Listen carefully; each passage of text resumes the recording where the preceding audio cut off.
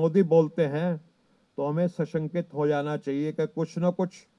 आज भी ऐसी कोई योजना चल रही है जो फिर से मनुस्मृति लागू करने की कोशिश कर रही हैं। ऐसी ताकतें आज भी जिंदा हैं, क्योंकि बाबा साहब ने 26 नवंबर 1949 को जब देश को ये संविधान समर्पित किया, जो 2 महीने बाद लागू हुआ, तो 3-4 दिन के बाद आरएसएस का एक अखबार जो उस समय ऑर्गेनाइजर के नाम से छपता था, उसमें एडिटोरियल लिखा गया, और शायद गुरु गोलवारकल नाम के व्यक्ति थे जो उसको चलाते थे। उसमें लिखा कि ये संविधान को हम नहीं मानते, और इसलिए नहीं मानते क्योंकि इस संविधान में मनुस्मृति के जो विचार हैं वो इस संविधान में बाबा साहब ने नहीं डाले।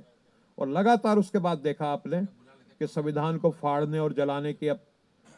2-3 दिन पहले जबलपुर में भी गौतम साहब ने मेरे को बताया कि घटनाएं हुई।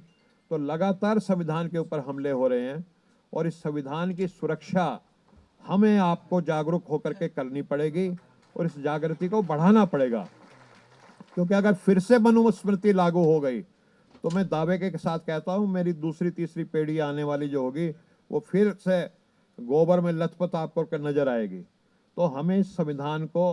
सुरक्षित रखना है, चाहे इसके लिए हमें जान की बाजी क्यों ना लगानी पड़े, हम जान की बाजी लगाएंगे इसके लिए। इसको सुरक्षित रखेंगे,